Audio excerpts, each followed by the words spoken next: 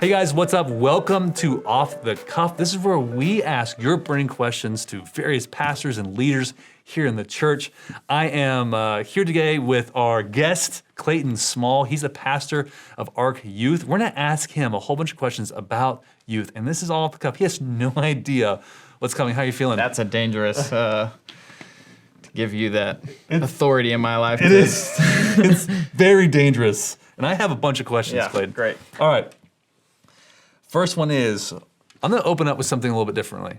What are some of the qualities that you appreciate about this current youth generation that's maybe different from other generations? Yeah, I love, one of the things I think I love the most is the fact that they're just very relational. Mm-hmm. You know, they are growing up in a culture where everything is on social media. We talk about that all the time. Yeah. And so when they do get together and they realize how much they love interacting and being relational, so I think they're very authentic and real when it comes to that. So, do they crave that more, do you think, than others? I think they do. Yeah. I think they see it online, but they're looking for the real thing. Yeah. And so I love how real and genuine they are. It is very different because when I was growing up, like, fakeness was like king. Yeah. Like, Paris, like and I'm dating myself now. Yeah. Paris Hilton was like the most famous celebrity, and all the girls try to mimic her, who obviously is, it's a very different world than we're in now. There was definitely an era where you always copycatted people online and that kind of stuff. And I think now more than ever, they're like, no, let's figure out how do we be who we really are. I can appreciate that. Yeah.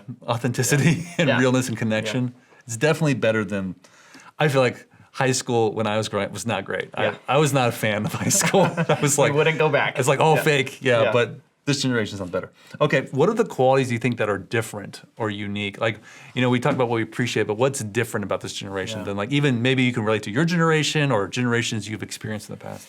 Yeah, I think more than anything, I think they are looking for that real connection with people. And so I think they have experienced more content than all the other generations combined. Like, they have access to anything. I always joke, it's like, you know how we used to ask our moms for things? We were like, hey mom, like, how do I do this? Or tell me about this.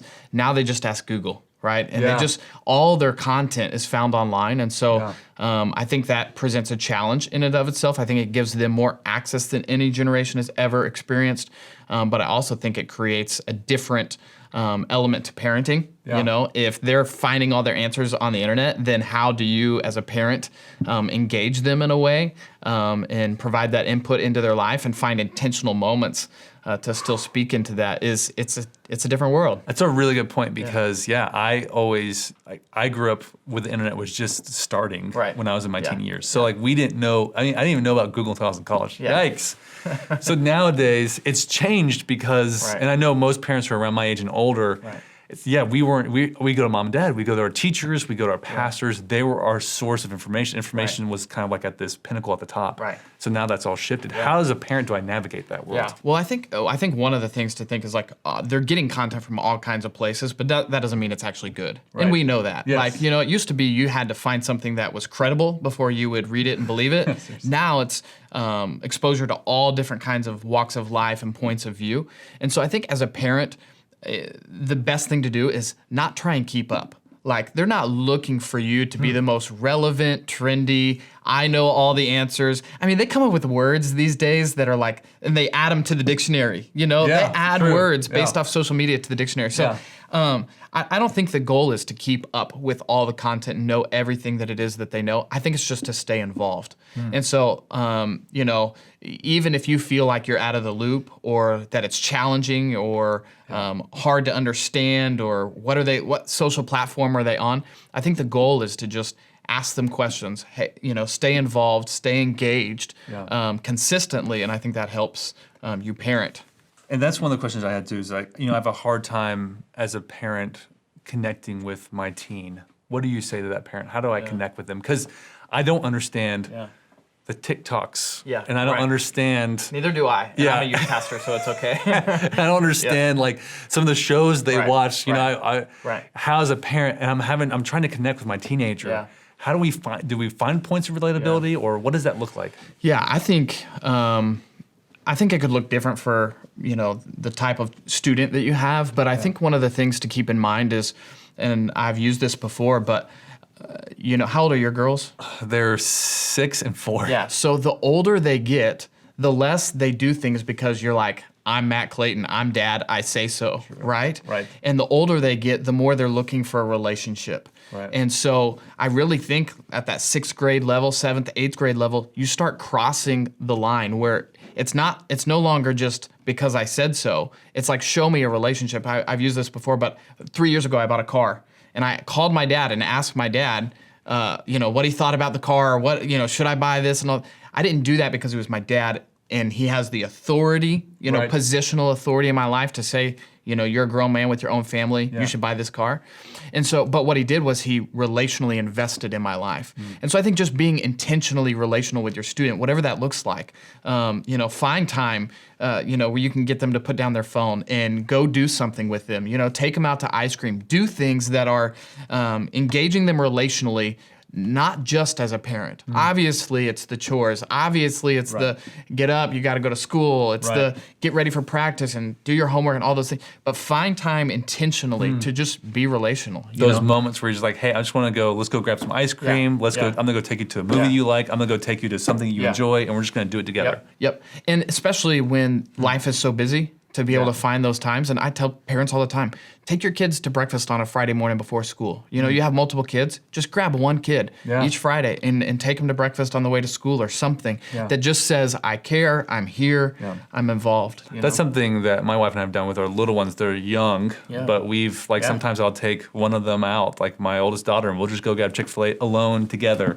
And she treasures that time like so much. It's just one-on-one time. And, we're looking at a generation that really values relationship and authenticity and connection. Right. That's probably one of the best tools we can have. You're building, it's like you're building a capacity, a tank to feed into it. So people say all the time, they're like, I don't know why my kid's not listening to me. And the challenge is often it's almost too late. Like it's not too late, but it feels too late because their kid's getting in trouble. And so having to discipline and try and build a relationship at the same time don't usually go too hand in hand. In the long term, they do. So I think not waiting until a moment of crisis, but just taking the time intentionally beforehand to be like, I'm going to invest in you.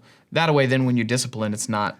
And that was one of my questions. Like, how do I keep lines of communication open when I'm disciplining? And I think you just really answered that question. Was when you have a relationship established and you're communicating these things, you can discipline, and what have you seen that practice or done well? I don't know necessarily in as far as I don't have a teenager. Right. But as a youth pastor, I think the thing to keep in mind is the more you do that beforehand. The student who feels like their parents come to them when they are just willing to ask questions, and sit down with them and ask questions. So sometimes parents are like, what do we do? What do we talk about? What if I don't know about the TikTok influencers that they have in their life? I would just say, sit down with them and ask questions.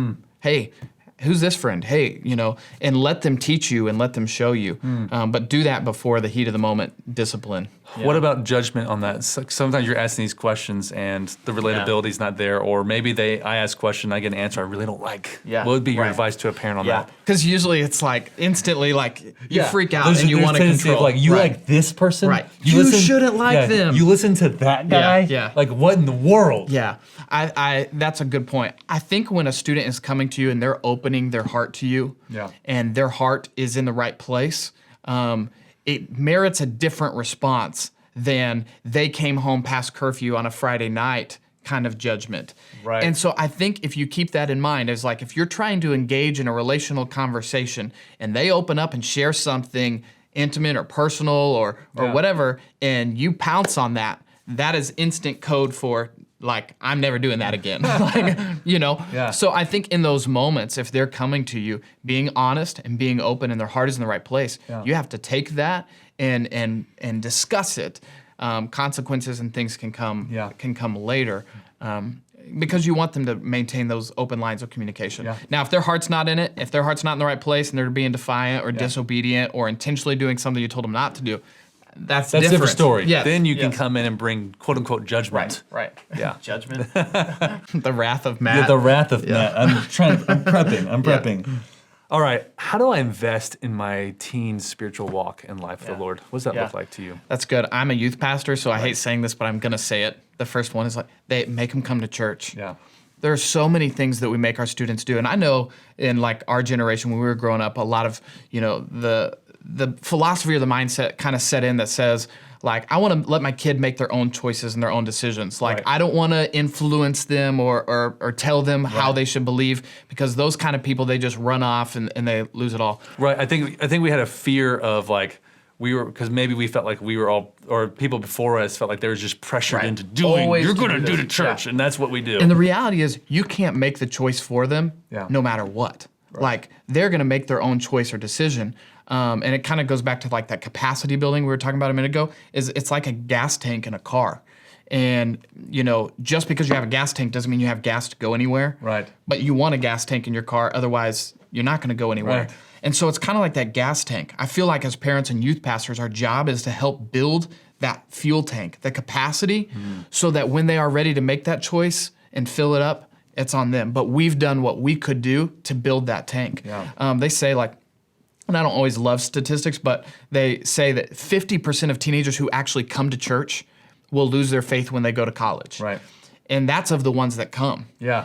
So that's pretty like eye-opening. And I don't always think that's reflective of your child or the students that we work with, but it is a bigger picture, and it does show our culture and what our culture is like.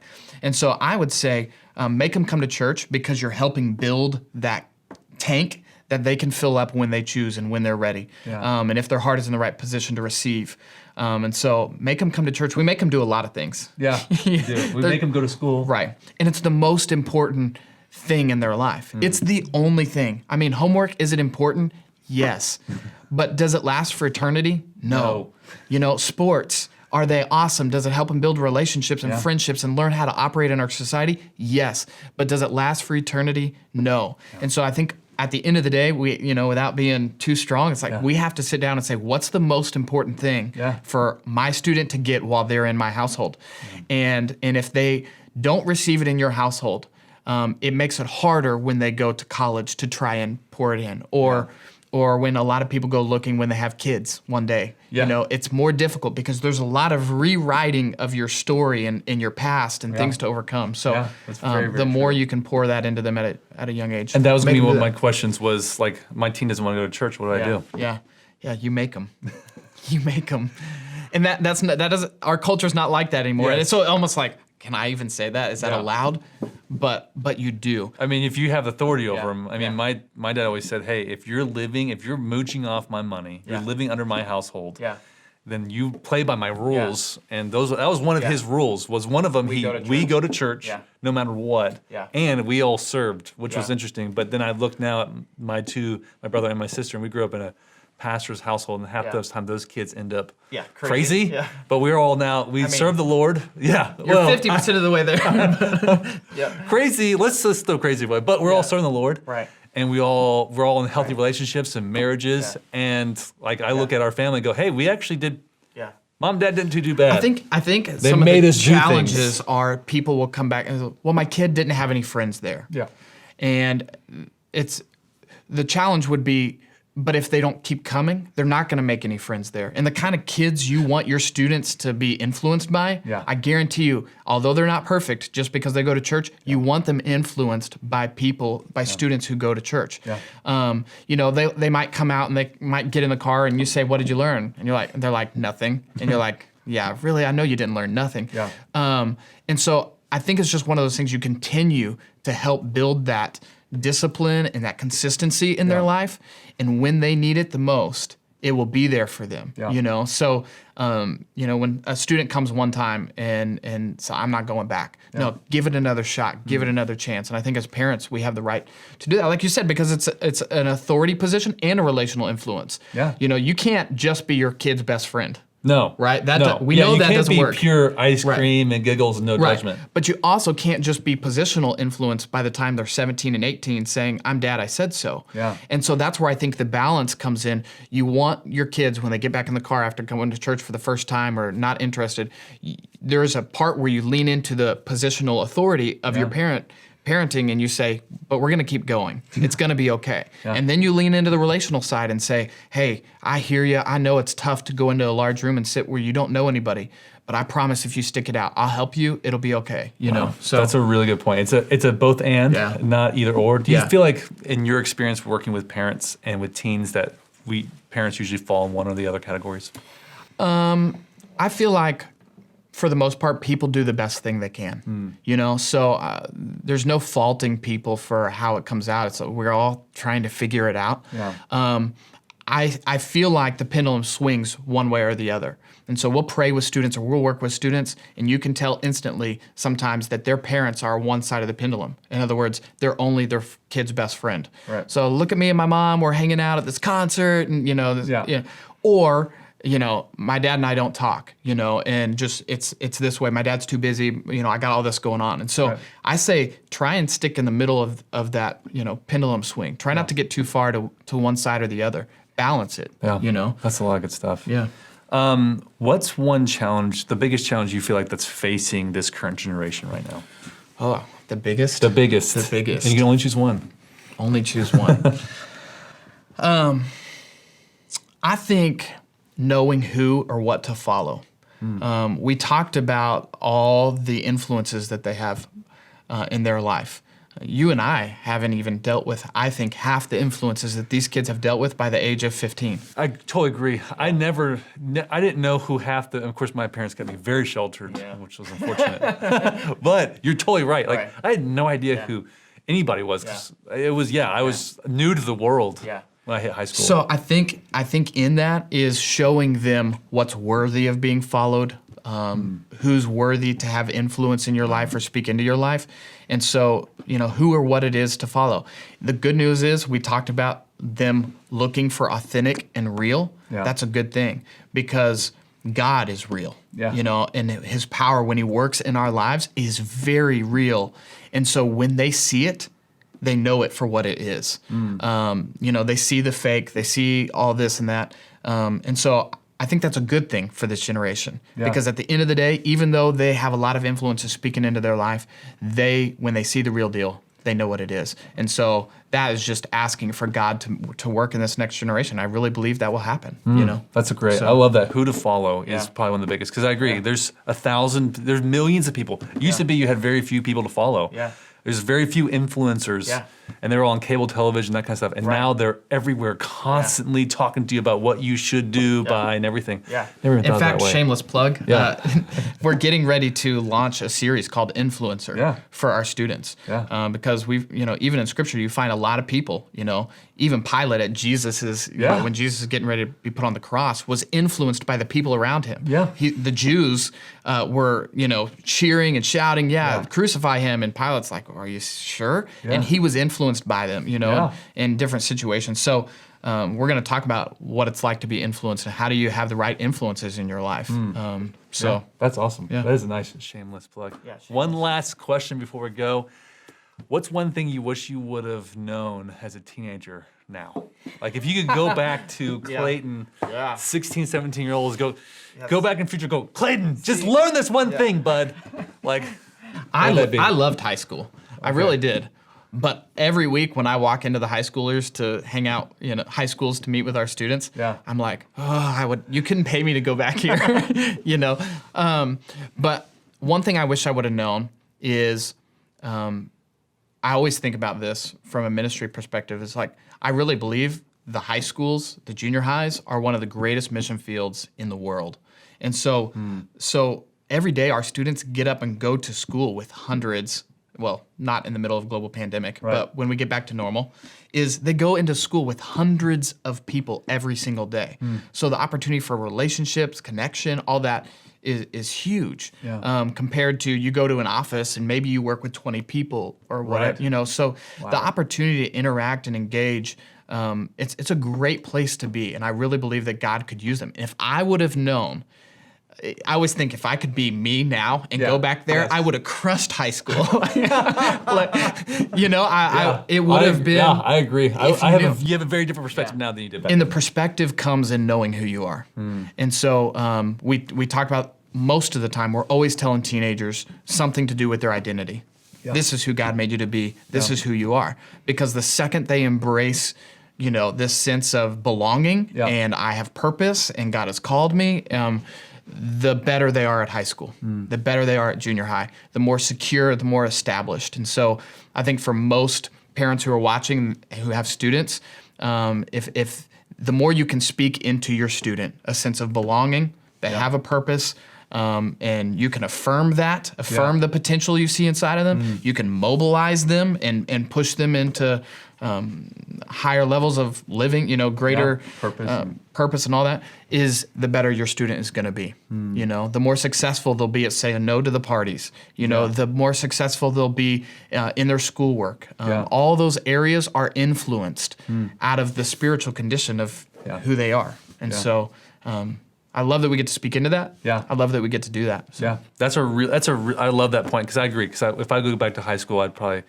do the same. I did pretty good in high school, as far as I didn't get a whole lot of trouble and everything, but I didn't reach, I don't think, the people in my generation. I didn't see that as fertile ground. I was too afraid of what people thought, and too afraid of these things to step out and say, hey, come to church with me.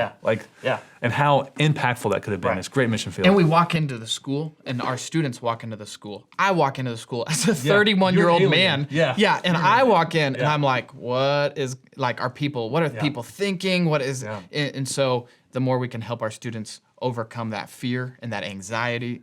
Because you'll never have really the opportunity to reach that many hundreds, if not thousands of people, depending on what school you go to, again like that. We think that's how it is, but rarely do you ever see mass amounts of the same like-minded, same dealing with the same junk kind of people all in the same space on that scale. And you asked the question, you said, what's one of the greatest things about this generation too? Is the fact that they can influence people so fast. I really believe they will be able to reach more people at a quicker rate than we were able to do at their age. Because of the way social media blows up and their connection to, They can go on camera like that. In fact, they walk around on camera all the time. All the time. We're learning how to do this. And they're just like, I learned how to do that in second grade, bud. Right. Oh, great point. Hey, wow, that was awesome. Great questions that we had for Clayton. Really great answers. I think we'll definitely be bringing another one of these. Maybe it'll be about youth, maybe about something else. Thank you for coming on Off the Cuff. Hey, we're bringing more of this content to you guys. We're hoping to bring it every single week. Send in the questions you have, people you would like for us to ask them to. And if you do and we use it, we might send you something special. Just maybe. Thanks, guys. We'll see you next week.